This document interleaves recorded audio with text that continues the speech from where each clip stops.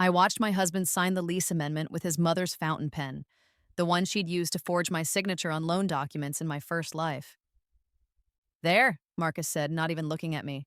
Your name's off. Happy now, Mom? Diane didn't smile.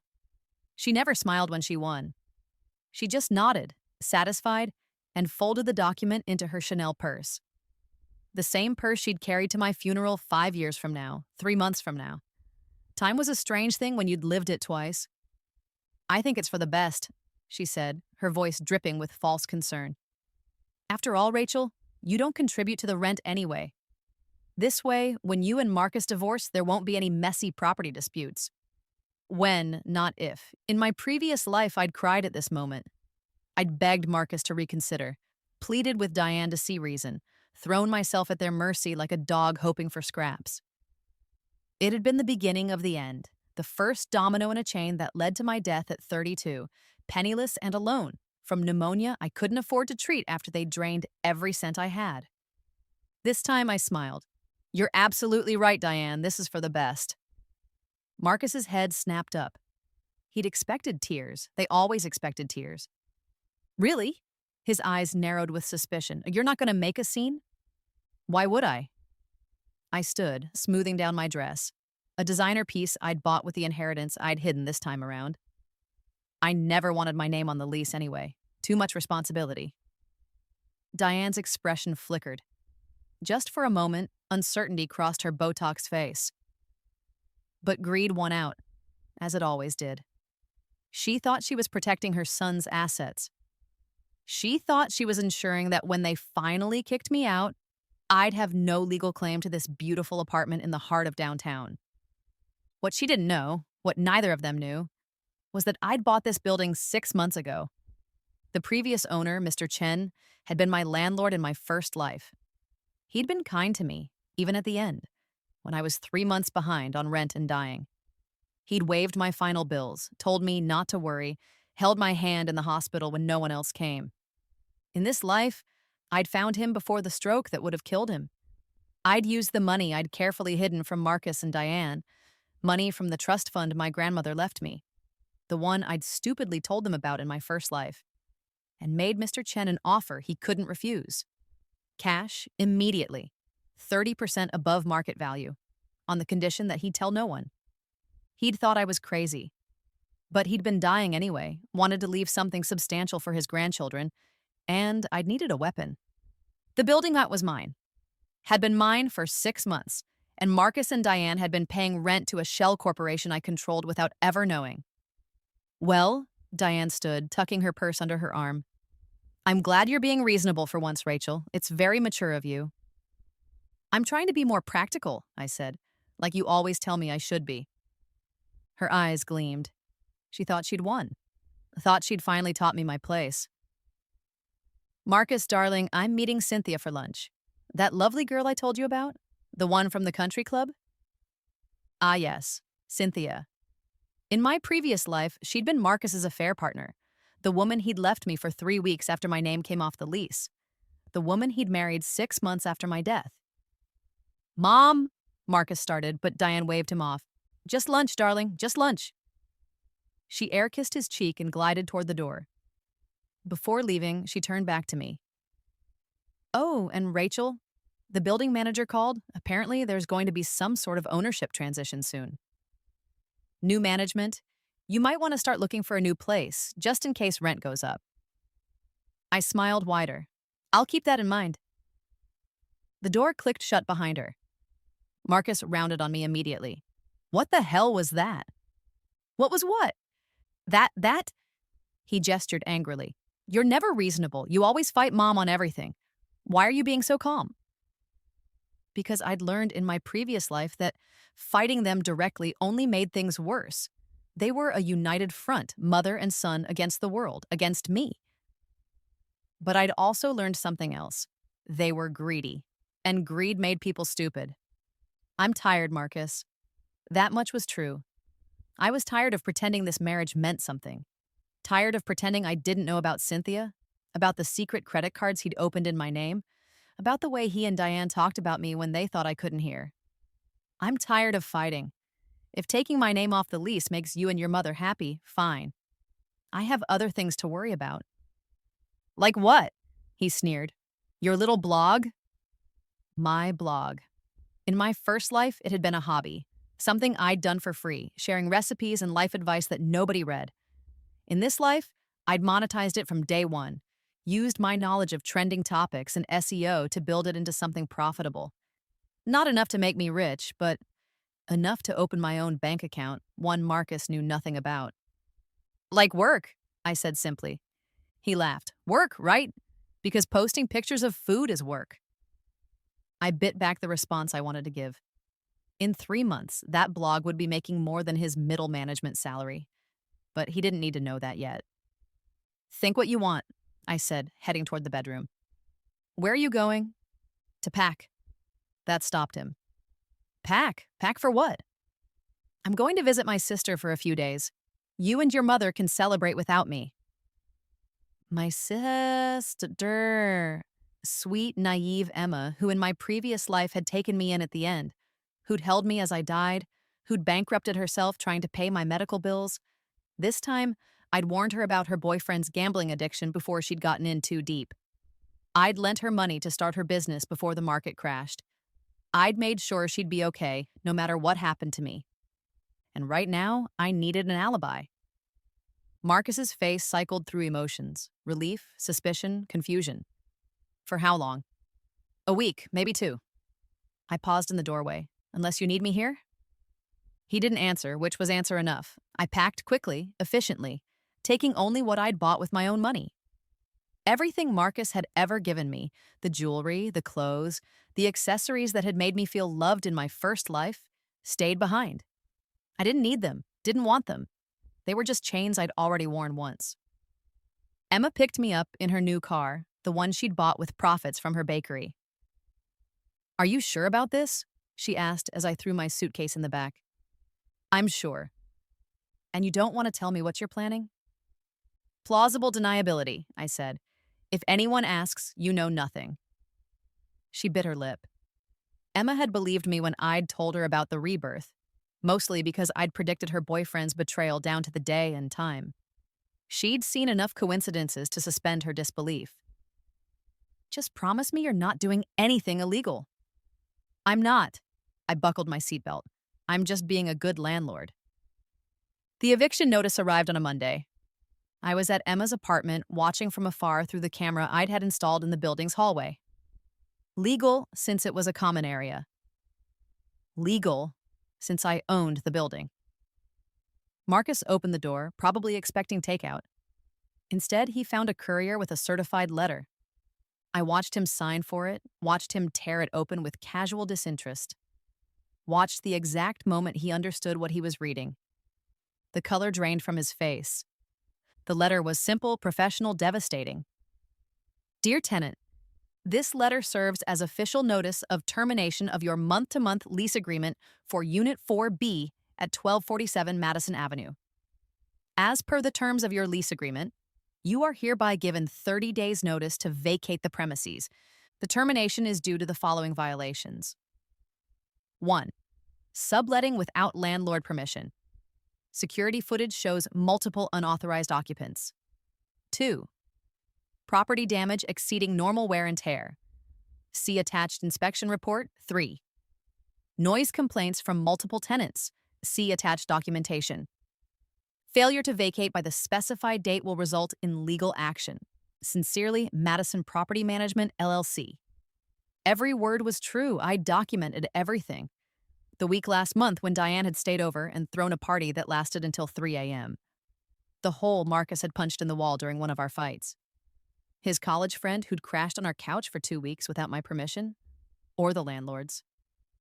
In our old lease, the one with my name on it, these violations would have been warnings at most. But Marcus had insisted on taking my name off. Had insisted on a new month-to-month agreement that gave the landlord maximum flexibility. Had insisted on giving me the rope to hang him with. I watched him call his mother. Watched him pace as he talked, gesturing wildly at the letter. Then my phone rang. Unknown number. Hello? Is this Rachel Chen? A woman's voice, professional, cold. Chen, my maiden name. The name on my building's deed. Speaking. This is Diane Hartford. We haven't met, but I'm calling about the property at 1247 Madison Avenue. I understand you're the new owner. I'd been expecting this. Diane was thorough. She'd have tracked down the ownership records the moment Marcus called her. That's correct. I see. Well, Miss Chen, I think there's been a misunderstanding. My son received an eviction notice today, but I'm sure we can resolve this. Perhaps we could meet. Discuss this in person? I don't think that will be necessary, Mrs. Hartford. I really must insist. You see, my son has been a model tenant. Your son has violated his lease agreement multiple times. I have documentation. A pause. Then her voice changed. Became the one I remembered from my previous life. The one she used when she was about to destroy someone. How much? Excuse me? How much will it take for this to go away? Everyone has a price, Miss Chen. What's yours? In my first life, I'd have been horrified by the offer, would have seen it as an insult. Now I just smiled. Mrs. Hartford, I'm afraid this isn't about money. It's about maintaining the integrity of my property. Your son signed a lease. He violated it. These are the consequences. Do you have any idea who I am? I know exactly who you are. I kept my voice pleasant, professional. And that's precisely why I have everything documented, filed with the city, and reviewed by 3 separate attorneys. I've made sure this is completely by the book. Silence. Then, what do you want? I want your son out of my building in 30 days. You vindictive little... She caught herself. This is because of some personal grudge, isn't it? Some slight you think my family committed against you? I don't know what you're talking about, Mrs. Hartford. I've never met you or your son before. Don't lie to me. I checked. Rachel Chen. You're that gold-digging little bitch who married my son. There it was, the mask, finally slipping. I think you have me confused with someone else, I said calmly. My name is Rachel Chen. Your son's wife's name is Rachel Hartford. Different people entirely. I could almost hear her mind working. She'd never known my maiden name. In my first life, I'd taken Marcus's name so eagerly, so desperately happy to be part of a family. She'd never thought to ask what I'd been called before. You changed your name back? I never changed it in the first place, Mrs. Hartford. I kept my own name for business purposes. Surely you understand the value of maintaining one's professional identity. It was a small lie. I had taken Marcus's name in my first life. But in this one, I'd quietly filed the paperwork to reverse it 6 months ago, right before I bought the building. A different identity, a different person. A person Marcus and Diane had never thought to look for. This is harassment, Diane hissed. I'll sue you. For enforcing a lease your son signed? I'd love to see you try. Make sure to use a good attorney, though. They're expensive, but I'm sure you can afford it. I know I can. I hung up before she could respond. The next few weeks were beautiful. I watched from a distance as Marcus and Diane scrambled. They tried everything, filed complaints with the city, which went nowhere since my documentation was airtight. Hired lawyers, who told them they had no case. Even attempted to pay other tenants to file complaints against me. Those tenants came to me immediately since I'd made sure to be a good landlord to everyone else in the building. Marcus tried calling me, left voicemails that started angry and became increasingly desperate. Rachel, where the hell are you? We need to talk. Rachel, this isn't funny. Call me back.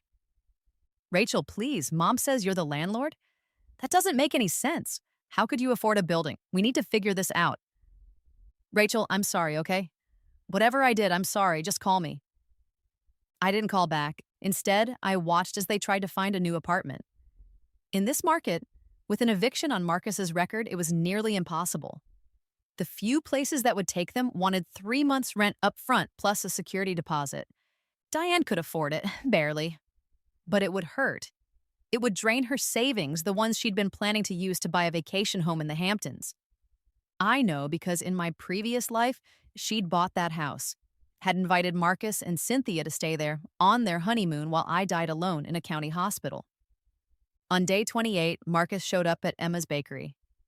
I'd known he'd find me eventually. Emma's business wasn't a secret, and Marcus was predictable. When cornered, he always went for the people I loved, tried to use them as leverage. But Emma was ready. She doesn't want to talk to you, she said, blocking the door. Emma, please, I just need 5 minutes. No. Emma. She said no. Jake, Emma's new boyfriend, the one I'd introduced her to, the kind man who worked as a contractor and treated her like she was precious, stepped into view. He was 6'4" and solid muscle. You should leave. Marcus's face flushed red. This is none of your business. You're harassing my girlfriend's sister. That makes it my business. I'm not harassing anyone. I'm trying to talk to my wife. Ex-wife, I said, stepping out from the back of the bakery. Marcus's eyes locked on me. Rachel, thank God, I've been trying to reach you. I know. Then why haven't you called back? We need to talk about this eviction. It's insane. You can't actually own that building. How would you even... My grandmother's trust fund, I said simply. The one I told you about. The one you said we should keep separate for tax purposes. His mouth opened, closed, opened again. You spent your entire inheritance on a building? I invested it, yes. That's our money. That was supposed to be for our future. No, Marcus, it was my money, from my grandmother, who left it to me specifically because she didn't trust you. That was true. Grandmother had put strict conditions on the trust. I couldn't access it until I was 28, and Marcus couldn't touch it under any circumstances. In my first life, I'd been so angry about that, had thought she was being controlling and unfair. Now I understood she'd been trying to protect me. Rachel, please, be reasonable. Where am I supposed to go? I don't know, Marcus. Where was I supposed to go when you and your mother took my name off the lease? That was different. We were protecting our assets. And I'm protecting mine. But you're my wife. Am I? I pulled out the papers I'd been carrying, because these divorce documents say otherwise. His face went white. You're divorcing me? I filed 3 weeks ago. You've been served. Or did you not read the papers the courier delivered last Tuesday? He'd read them. I knew he had because I'd watched him throw them in the trash, probably assuming I'd never follow through. Assuming I'd come crawling back like I always had. This is about Mom, isn't it? About the lease. Rachel, if you wanted your name back on it, we could have worked something out. I don't want my name on your lease, Marcus. I want you out of my building. Your building? He laughed, high and slightly hysterical. You really bought it.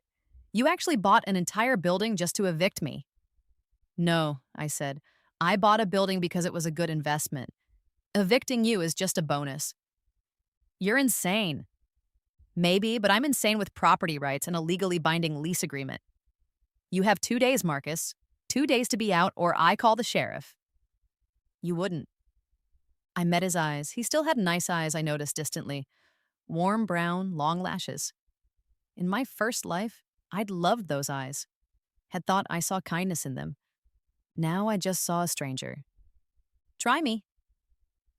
Day 30 arrived on a Wednesday. I returned to the building for the first time in a month, dressed in a sharp business suit, my hair styled, my makeup perfect. I looked like money, like power, like someone who owned property and made hard decisions. I looked like the woman I should have been in my first life if they hadn't broken me. The moving truck was already outside. I watched from across the street as Marcus and Diane loaded boxes, their movements jerky with rage and humiliation. The other tenants watched too.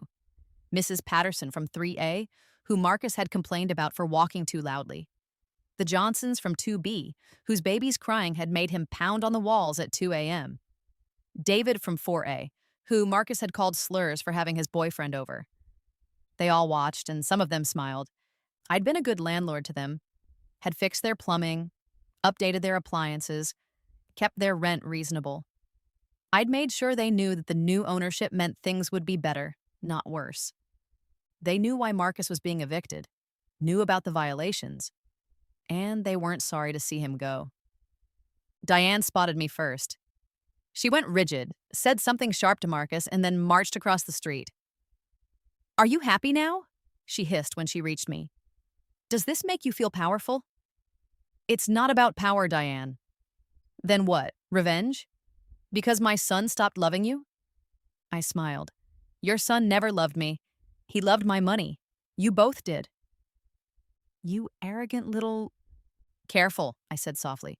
We're in public, and I have lawyers now, very good lawyers, the kind who love harassment cases. She trembled with rage. This isn't over. Yes, it is. I met her eyes. You took everything from me once. My money, my dignity, my life. But you made one mistake, Diane. You let me live. Her expression flickered. What are you talking about? Nothing, I smiled. Just that this time, I'm the one who gets to walk away. And you're the one who gets to know what it feels like to lose. She opened her mouth, closed it, opened it again. For the first time since I'd known her, Diane Hartford had nothing to say. I left her standing there and crossed the street to the building. Marcus was carrying a box to the truck. He saw me and stopped. Rachel. Marcus. I just want you to know, he said, his voice tight with controlled anger, that I'll never forgive you for this. What you did, it's cruel. It's vindictive. It's not who you are. You're right, I said. It's not who I was. But it's who I am now, and I'm better for it. You've changed. Yes, I have. I pulled out an envelope and handed it to him. Your security deposit, minus the cost of repairs. He took it automatically, looked inside, and laughed bitterly. $37. You're giving me $37. That's what's left after fixing the wall, deep cleaning the carpets, and repairing the cabinet you broke. It's all itemized in the letter. He crumpled the envelope. I should have listened to Mom. She said you were a gold digger from the start. Your mother said a lot of things. Most of them were projections. What's that supposed to mean? I thought about the embezzlement I'd uncovered in my research on Diane. The charity funds she'd skimmed, the tax fraud, the fake invoices. Nothing I could prove in court, not yet. But enough to know that Diane's wealth wasn't as clean as she pretended. It means you should ask her where all her money really comes from, and whether the IRS might be interested in the answers. His face paled. You're bluffing. Maybe. Or maybe I've had a lot of time to look into your family's finances. A lot of time to find discrepancies. You wouldn't dare. I would dare quite a lot, Marcus. You should have learned that by now. I checked my watch. You have 4 hours left. I suggest you finish loading. I turned to go, but he grabbed my arm. Rachel, wait, please. We can fix this. We can start over. I'll talk to Mom. We can put your name back on a lease somewhere. We can... I looked down at his hand on my arm. He let go immediately. Goodbye, Marcus. Rachel, but I was already walking away, into my building, past the tenants who smiled at me, up the stairs to the apartment that was now vacant and ready for someone new. Someone who would appreciate it. Someone who would pay rent on time and follow the rules and not make the other tenants' lives hell. From the window, I watched them finish loading. Watched Diane's Mercedes pull away, followed by the moving truck, followed by Marcus in his BMW. Watched them disappear around the corner. And then I locked the door and cried. Not for them. Not for the marriage that had never been real or the family I'd never truly had. I cried for the girl I'd been in my first life. The one who died alone and afraid, who'd never understood why the people she loved had hurt her so badly. I cried for her, and then I let her go. 6 months later, I was in my office, the one I'd built in what used to be Unit 4B, when Emma called. Have you seen the news? What news? Check Channel 7, now. I pulled up the live stream on my computer and felt my breath catch. Diane Hartford's face filled the screen, being led out of her country club in handcuffs. Arrested today on multiple charges of fraud and tax evasion, the reporter was saying. According to sources, an anonymous tip led investigators to discover a pattern of financial crimes spanning more than a decade. I hadn't turned her in. I'd thought about it, had all the evidence ready, but in the end, I'd decided to let karma handle it. Apparently, one of the charities she'd stolen from had done their own audit. Had found the discrepancies and gone to the authorities. Sometimes the universe delivered justice all on its own. Rachel, Emma's voice pulled me back. You okay? Yeah, I said softly. I'm okay. Good, because I have more news, the good kind. Tell me. The bakery won that contract I bid on? The one for the corporate events? Emma, that's amazing. I know. And it's all because you helped me with the business plan and introduced me to Jake, who introduced me to his boss, who. She laughed. I'm rambling. The point is, I wanted to say thank you for everything, for believing in me, for helping me when I needed it, for being the best sister ever. My throat tightened. You don't need to thank me. Yes, I do. You saved my life, Rach, in more ways than one. We talked for a few more minutes before she had to go. I sat in my office afterward, looking around at what I'd built. The building was thriving. All units occupied, rent coming in steady, property value increasing. I'd used the profits to start renovating another building 2 blocks over, a project that would triple my investment if it went according to plan. My blog had become a full-fledged business with sponsorships and a book deal in the works. I'd hired a small team, had an accountant and a lawyer, and all the things I'd never imagined having in my first life. The divorce had been finalized 3 months ago. Marcus had tried to claim he was entitled to half my assets, but my lawyers had eviscerated that argument. Separate property, premarital assets, no commingling of funds. I'd been so careful this time. He'd walked away with nothing but his car and his mother's legal bills. I heard he was living with Cynthia now, working at his mother's company.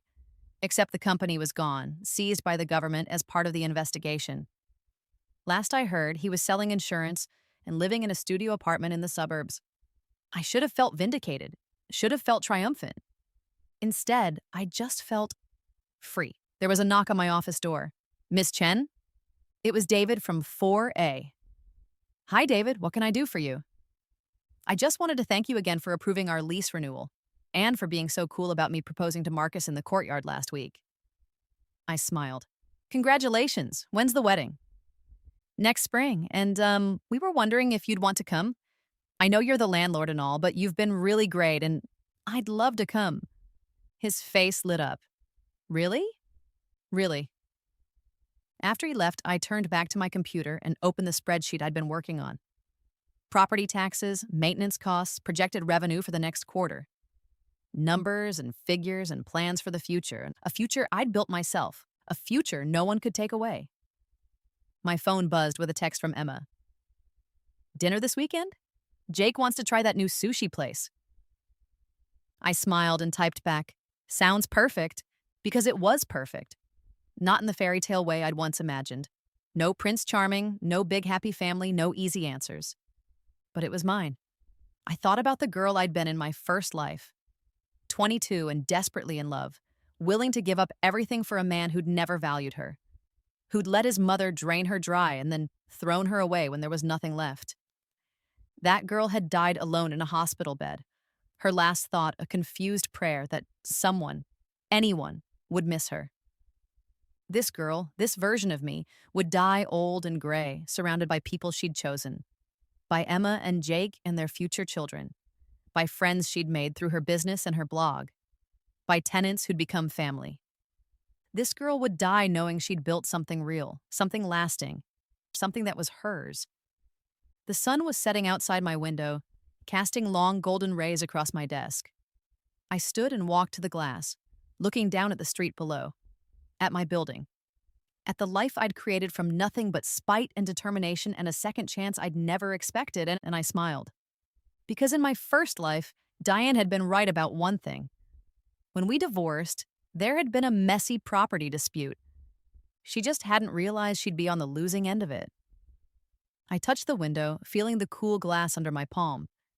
Somewhere out there, Marcus and Diane were trying to rebuild their lives from the ashes I'd left them in.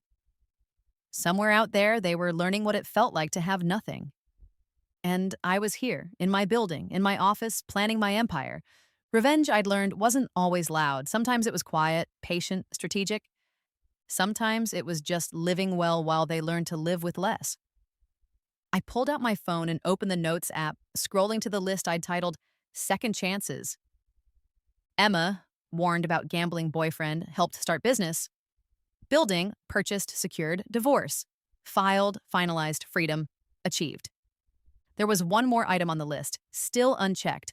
Forgiveness? I stared at it for a long moment. Did I forgive Marcus? Diane? The people who destroyed me in my first life? I deleted the item. Some things didn't need to be resolved. Some wounds didn't need to be healed. Some people didn't deserve forgiveness. They deserved to be forgotten. And that's exactly what I was going to do. Forget them. Move on. Build something so beautiful and successful that their memory would be nothing but a footnote in the story of my life.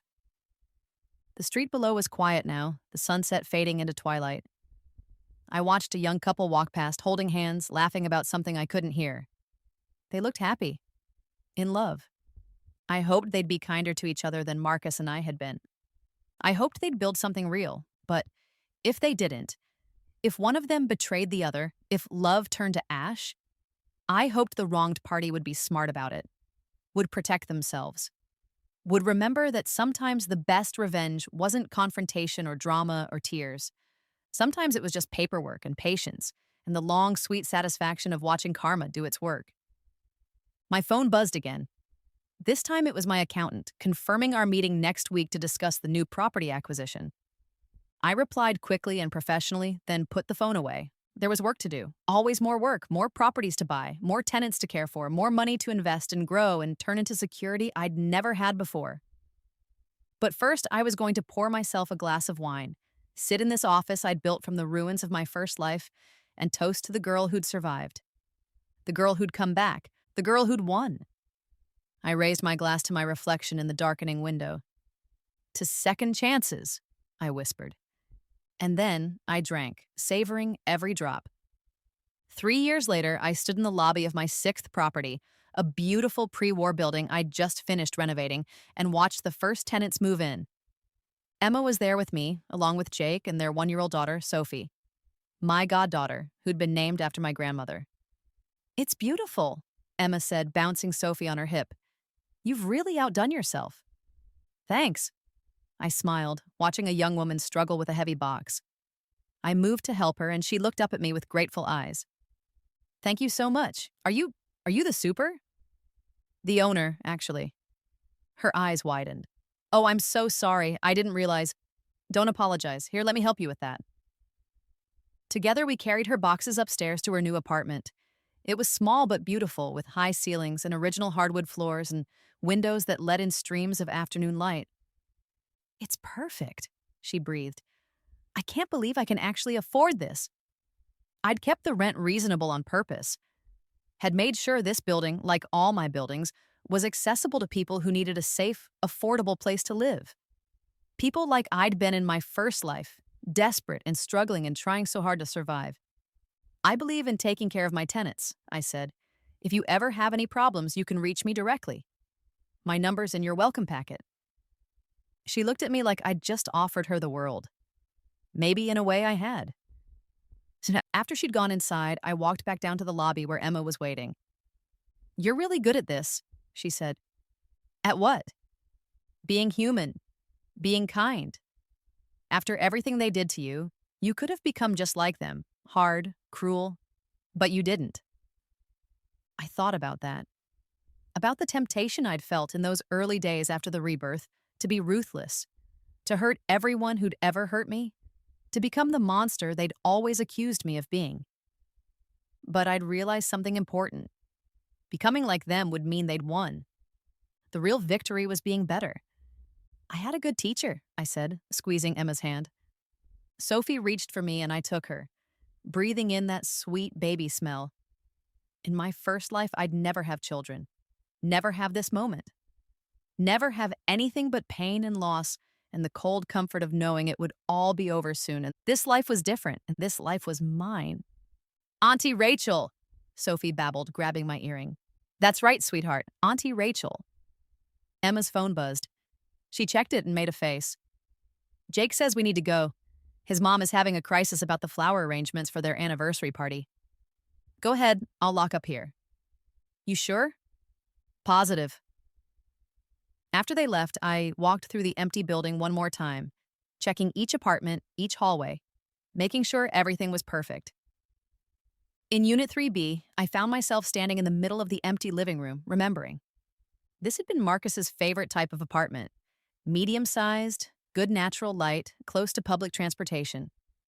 He'd talked about getting a place like this someday when we had kids, when we could afford something better than my old studio. He'd never mentioned that he was planning to live in that someday without me. I wondered if he ever thought about me now, if he remembered the girl he'd married, the one he'd promised to love forever, right before he and his mother systematically destroyed her life. Probably not. Men like Marcus didn't waste time on regret. They just moved on to the next target, the next opportunity, the next person they could use. I hoped Cynthia was smarter than I'd been. Hoped she'd protected her assets, kept her money separate, made sure she could survive when he showed his true colors. But that wasn't my problem anymore. My phone rang, unknown number. I almost didn't answer, but something made me pick up. Hello? Is this Rachel Chen? A man's voice, unfamiliar. Speaking. Miss Chen, my name is Robert Morrison. I'm an attorney representing Diane Hartford. My blood went cold, then hot, then settled into something calm and analytical. What can I do for you, Mr. Morrison? My client would like to schedule a meeting with you. She has a business proposition that might interest you. I laughed, actually laughed. You're joking. I assure you I'm quite serious. Mrs. Hartford is willing to offer substantial compensation. For what? A pause. For an affidavit stating that you may have been mistaken about certain financial irregularities you reported to the authorities. So that's what this was about. Diane was desperate. The trial was coming up and she needed someone to recant, to create reasonable doubt, to save her from the consequences of her own greed. And she'd thought of me. I never reported anything to the authorities, Mr. Morrison. Oh, he sounded genuinely surprised. My apologies. Mrs. Hartford was under the impression. Your client was under a lot of mistaken impressions. That's why she's in her current situation.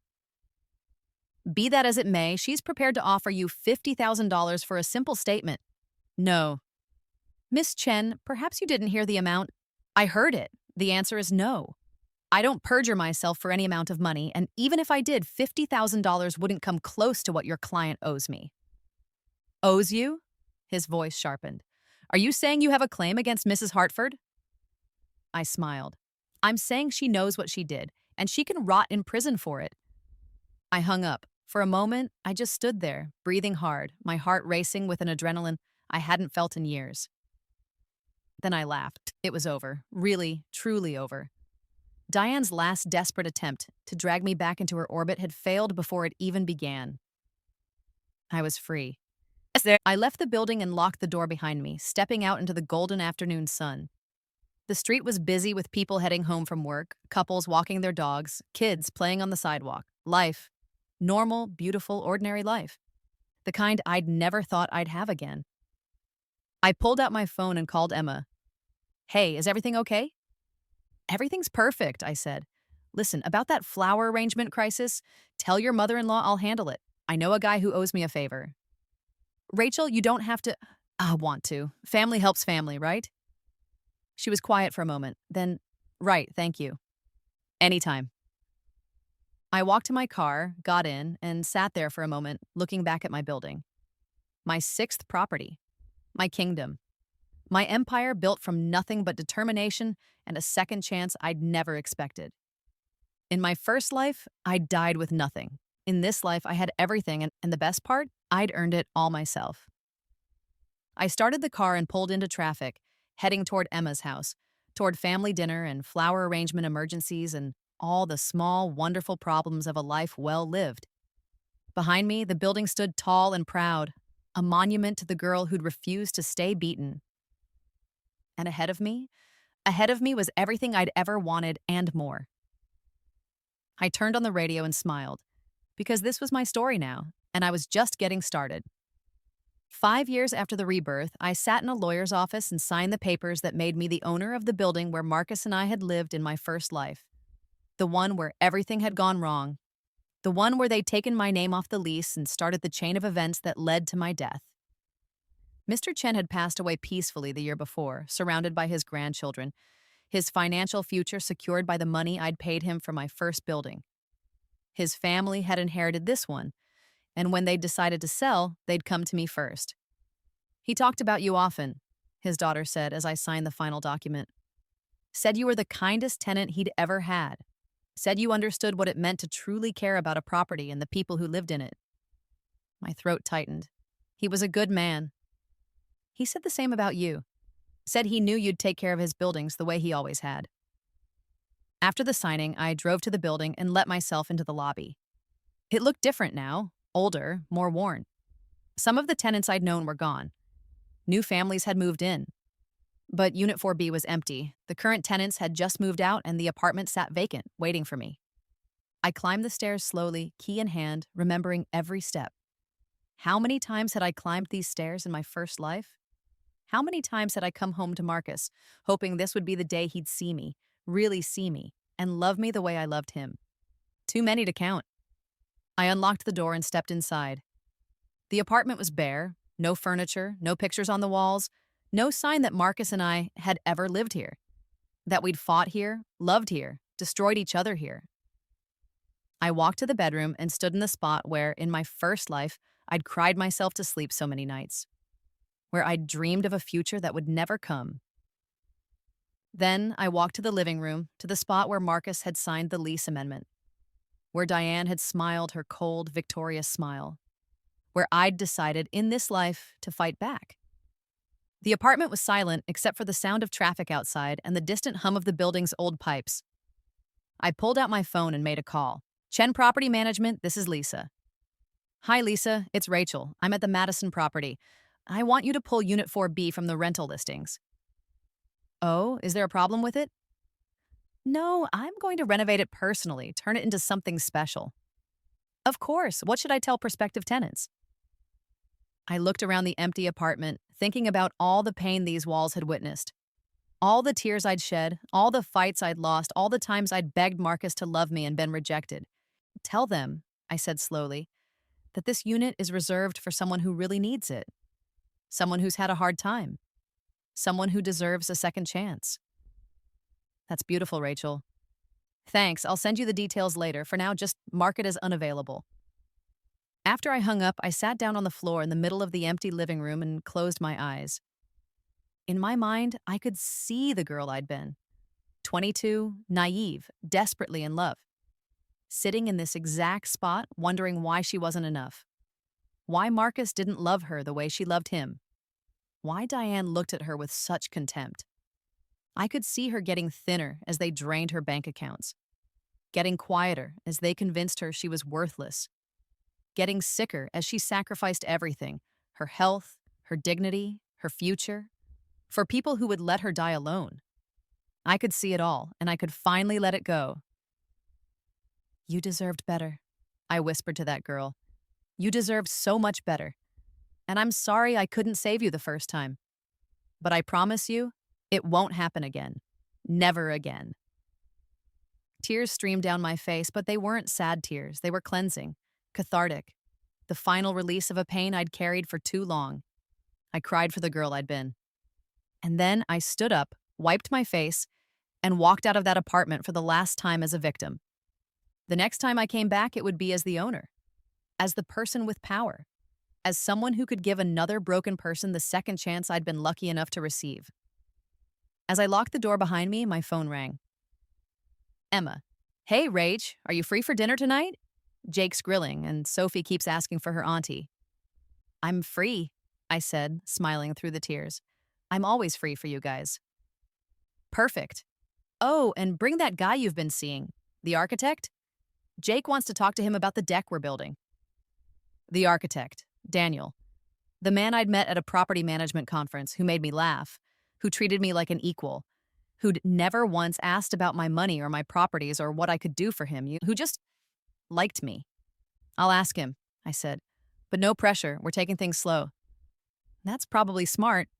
After everything you've been through. Yeah, I said softly. After everything. We said goodbye and I walked to my car, but before I got in, I looked back at the building one last time.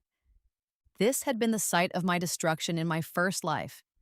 In this life, it would be the site of someone's salvation. I didn't know who yet. Didn't know what their story would be or what second chance they needed, but I knew I'd recognize them when I saw them because I'd been them, and I'd never forget what that felt like. 10 years after the rebirth, I stood at a podium in front of a room full of real estate investors and told them my story. Not the whole story, not the rebirth part or the revenge part or the specific details of how Marcus and Diane had tried to destroy me, but the important parts. I started with one building, I said, my voice carrying across the conference hall. One property that I bought with my inheritance against everyone's advice. People told me I was crazy. That real estate was too risky, that I should put the money in stocks or bonds, or just keep it in savings. The audience laughed. But I knew something they didn't. I knew that property was power. Not just financial power, but the power to create homes, to give people security, to build something that would last long after I was gone. I clicked to the next slide, showing a photo of my current portfolio. 15 buildings now, across 3 cities. Over 300 units. Millions of dollars in value. I won't lie to you, it wasn't easy. There were setbacks. Properties that needed more work than I'd anticipated. Tenants who didn't pay rent. Contractors who overcharged. 1,000 little disasters that made me question whether I'd made the right choice. I paused, meeting the eyes of the audience members, but I kept going because I knew that every obstacle was just another opportunity to learn, another chance to get better, another step toward building something that couldn't be taken away from me. More clicks, more photos, buildings I'd renovated, tenants I'd helped, communities I'd strengthened. Today, my portfolio generates enough passive income that I never have to work again if I don't want to. But I do want to. Because this isn't just about money for me. It's about creating value. It's about giving people safe, affordable places to live. It's about building generational wealth that will support my family for years to come. I clicked to the final slide. A photo of Emma, Jake, and their 3 children standing in front of one of my buildings. The one I'd put in a trust for Sophie and her siblings, ensuring they'd always have security no matter what happened. So my advice to you is simple. Don't listen to the people who tell you it's too risky or too hard or too late to start. Don't let fear or doubt or other people's negativity stop you from building the life you deserve. I gripped the podium. And if someone tries to take what's yours, fight back, protect yourself. Make sure that no matter what happens, you're the one left standing. The room erupted in applause. People stood, clapping, some even cheering. I smiled and waved, accepting their approval, their recognition of the empire I'd built. But inside, I was thinking about Marcus and Diane. Diane was still in prison. 3 more years on her sentence, with no chance of early parole. Marcus had visited her once, right after the conviction, and never gone back. Marcus himself was barely scraping by. The insurance sales job hadn't worked out. Neither had the stint at a car dealership, or the brief period when he'd tried to be a personal trainer. Last I'd heard, he was working as a night manager at a big box store, living in a 1-bedroom apartment with Cynthia and her 2 kids from a previous relationship. Cynthia, who'd apparently been smarter than I was, who'd kept her finances separate, her name on her assets, her options open. Good for her. The applause died down and I fielded questions from the audience. Investment strategies, property management tips, how to evaluate potential purchases. I answered them all thoroughly, professionally, sharing the knowledge I'd gained from 10 years of trial and error. But then a young woman in the back raised her hand. Miss Chen, I have a different kind of question. Go ahead. You mentioned obstacles and setbacks, but you didn't mention the personal cost. Did you have to sacrifice relationships, family, love, to build all of this? The room went quiet. This wasn't a typical real estate conference question. I thought about lying, giving her the easy answer, the one that wouldn't make people uncomfortable. But I'd built my empire on truth, on seeing things clearly, on not flinching from hard realities. Yes, I said, I sacrificed a lot. I left a marriage that wasn't serving me. I cut ties with people who were draining my resources and my energy. I chose financial security over social approval. And I won't pretend that was easy or painless. The young woman nodded, waiting for more. But here's what I gained. Freedom. The ability to help the people I actually care about. The security to take risks in other areas of my life. And the self-respect that comes from knowing I can take care of myself no matter what happens. I paused. So yes, there was a cost. But the cost of staying in situations that were destroying me would have been higher, and I don't regret my choices. She smiled. Thank you. That's exactly what I needed to hear. After the conference ended, several people approached me with business cards and investment opportunities and requests for one-on-one consultations. I collected them all politely, knowing most would go nowhere but appreciating the interest. Then Daniel appeared at my elbow, offering me a bottle of water. Great speech, he said. Thanks. I took the water gratefully. Was it too intense? The part about sacrifice? No, it was honest. People respected that. We'd been together for 8 years now, not married. I'd made it clear I had no interest in marriage after Marcus, and Daniel respected that. But committed. Partners. Building our lives side by side without needing legal documents to prove it. He'd proposed once, 5 years ago. I'd said no, and he'd accepted it without resentment or pressure. Had told me he loved me regardless of what my last name was or what papers we signed. That's when I'd known he was different. Come on, he said, taking my hand. Emma's waiting outside with the kids. They want to take you to dinner to celebrate your successful talk. All 5 of them? All 5.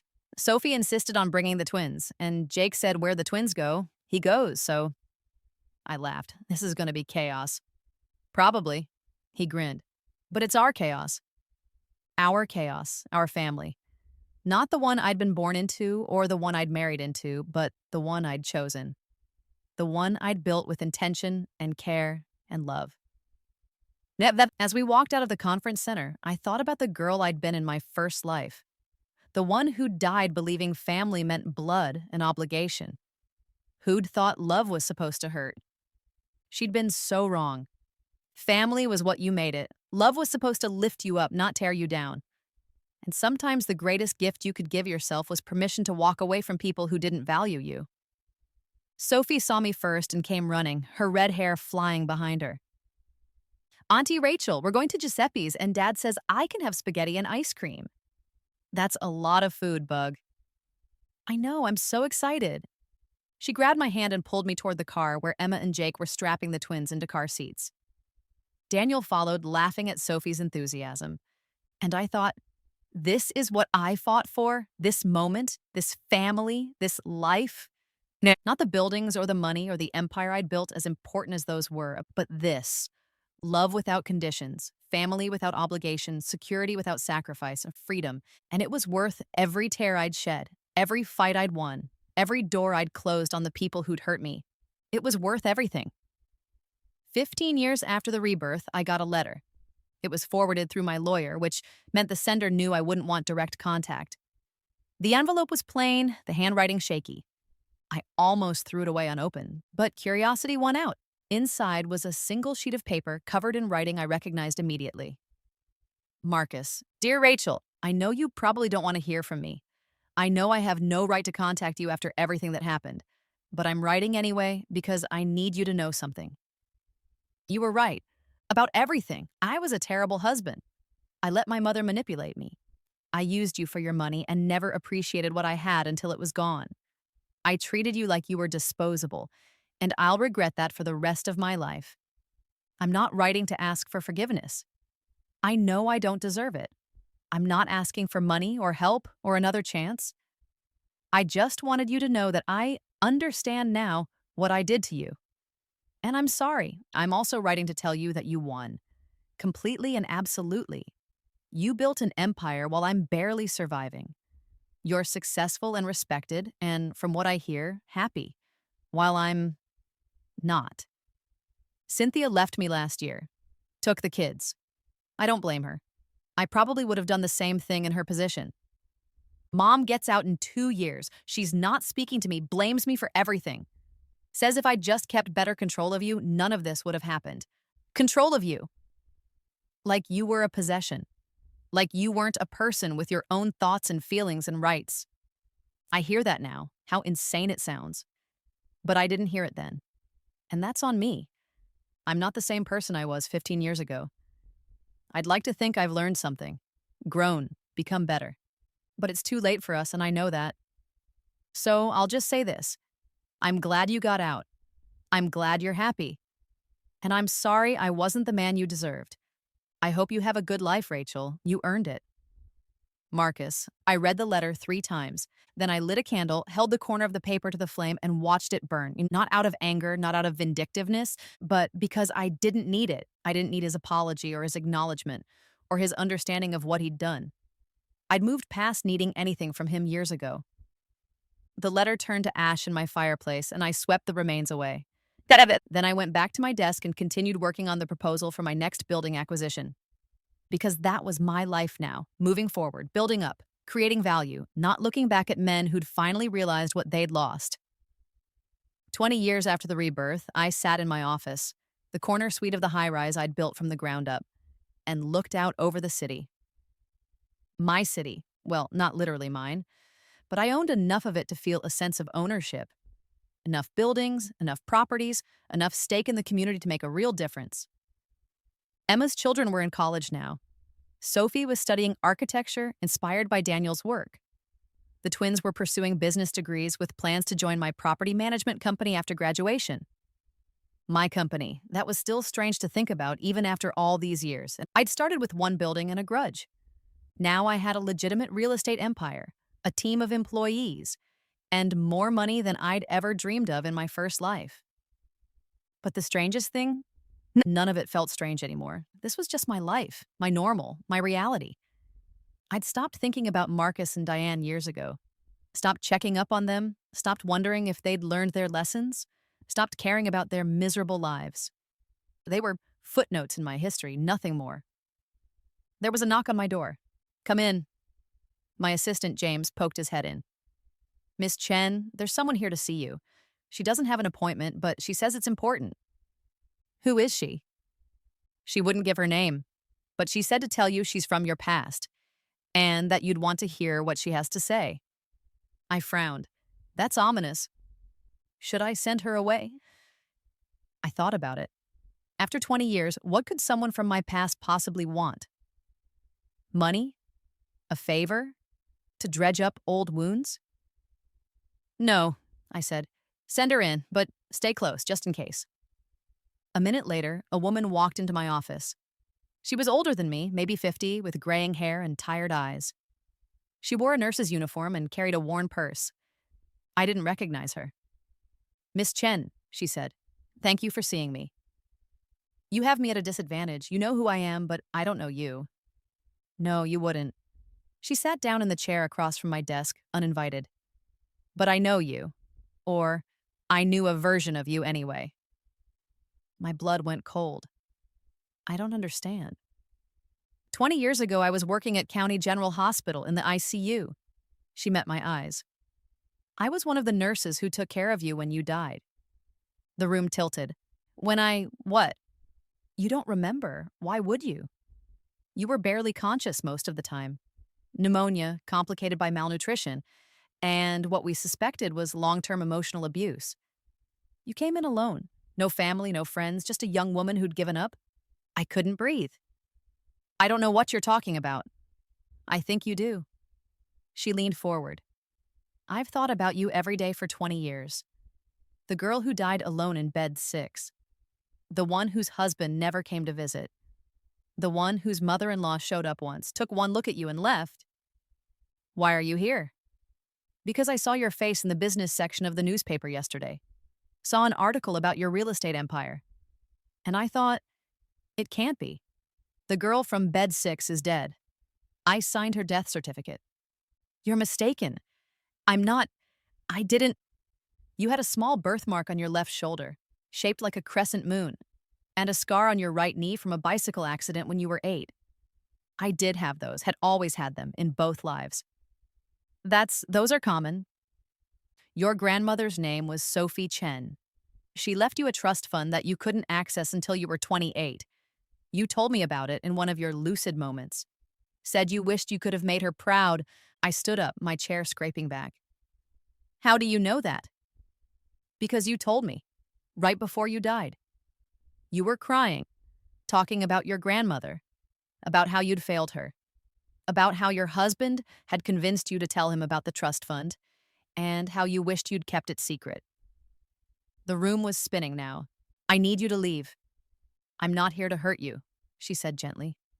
I'm here because I need to know. How did you survive? I saw you die. I checked your pulse myself. I called the time of death, so how? I didn't survive, I heard myself say. I died, and then I woke up. She stared at me, 22 years old again, in my apartment, before everything went wrong, before Marcus and his mother destroyed me, before I lost everything. That's impossible. I know. I laughed, high and slightly hysterical. I know it's impossible, but it happened. I lived through it all once, died alone in your hospital, and then woke up with a second chance to get it right. And you took it. And I took it, I agreed. I protected my money. I bought property. I divorced Marcus before he could drain me dry. I built everything they tried to take from me. She was quiet for a long moment. Then, good. Good? Good, she repeated firmly. You deserve better than what happened to you the first time. I'm glad you got a second chance, even if I don't understand how. Why did you come here, really?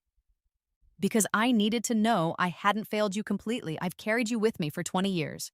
The girl who died alone, the one I couldn't save. She wiped her eyes. I needed to know that somewhere, somehow, you got to live, got to be happy, got to win. I came around the desk and hugged her. She hugged me back and we both cried. When we finally pulled apart, she smiled at me through her tears. I'm glad you made it, she said, even if you had to die first to do it. Me too. After she left, I sat in my office for a long time, staring at the city below. I'd spent 20 years trying to forget my first life, trying to bury that girl and the pain she'd carried. But maybe that was wrong. Maybe I needed to remember her, honor her, keep her memory alive, not as a wound, but as a reminder. A reminder that I'd survived, that I'd fought back, that I'd won. I pulled out my phone and sent a text to Emma. I love you. Thank you for always being there for me. Her response came immediately. Love you too. Everything okay? Everything's perfect, I typed back. I'm just grateful, because I was. Grateful for the second chance. Grateful for the people who'd supported me. Grateful for the strength I'd found in myself when I needed it most. And grateful in a strange way for the pain. Because without it, I never would have appreciated what I had now, and I never would have fought so hard to protect it. I never would have become the woman I was always meant to be. I looked out at my city, my empire, my life. And I smiled, because this time, when I died, and I would die, eventually everyone did, I wouldn't die alone. I wouldn't die penniless. I wouldn't die broken. I would die surrounded by the people I loved in a home I owned, with a legacy that would last long after I was gone. And that made every moment of the fight worth it. Every tear, every sacrifice, every hard choice, and all of it worth it.